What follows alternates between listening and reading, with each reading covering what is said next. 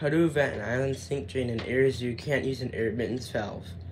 This is called a loop vent. Let's start with a drain. You'll have a T-fitting that connects the vent to the drain. Now this is actually laying on its back. In real life, the T-fitting would be upright like this. So this part would actually be horizontal. The horizontal part of the T-fitting would connect to a P-trap. Now this P-trap would be outside the wall. This T-fitting would be inside the wall. I always recommend that you use these glue P-traps. These glue P-traps almost never leak. They have a clean-out plug at the bottom that will allow you to access the P-trap if ever clogged. The bottom of the T-fitting is a drain. You'd run vertical pipe down to a clean-out T. The body of the clean-out T would be inside the wall. The clean-out would stick out of the wall. And these clean-outs can be unscrewed and allow you to access the drain. You always want to use these clean-outs. Then you'll run more vertical pipe through the floor, and under the floor you'll have a Y fitting with a 45-degree elbow. Some people will reach for a T fitting, but these are not code approved on their back or on their side. You must use a Y fitting in this orientation. Remember that the Y would actually be up like this.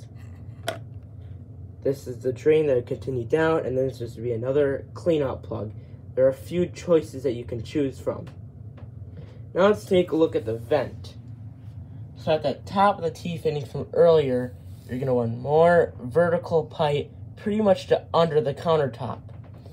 And then you're going to have some elbows that actually go back down. So you have another vertical pipe inside the wall next to that T-fitting. It'll go down through the floor into a Y fitting. Now the vertical part of this Y fitting will continue down and it'll connect to the drain. This is an emergency drain. Let's say any water went down this vent pipe, it could escape. If you didn't add this emergency drain, water will accumulate in here and render the vent useless.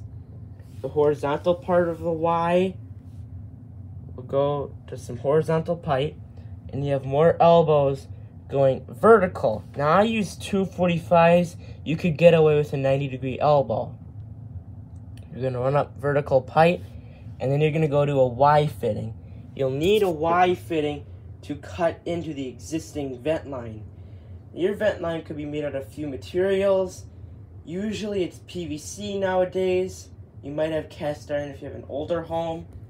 A lot of homes in my area were built in the 20s, and they had a lot of work done in the 1960s, so sometimes have the beige 1960s PVC. It all depends on when the old vent line was installed.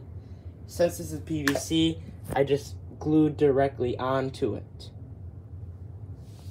Now remember that this Y fitting is going to want to be upside down, so that way it can suck the air in. In this case, we didn't do that so no water would get trapped in here. But we're going to put the Y fitting upside down here. Now make sure that you look at all your local plumbing codes before doing this project. Now this is a size you'll be using. You're going to be using 1.5 and 2 inch, but this is not the exact spacing. So this pipe could be running 3 feet. It all depends on the way your house is built.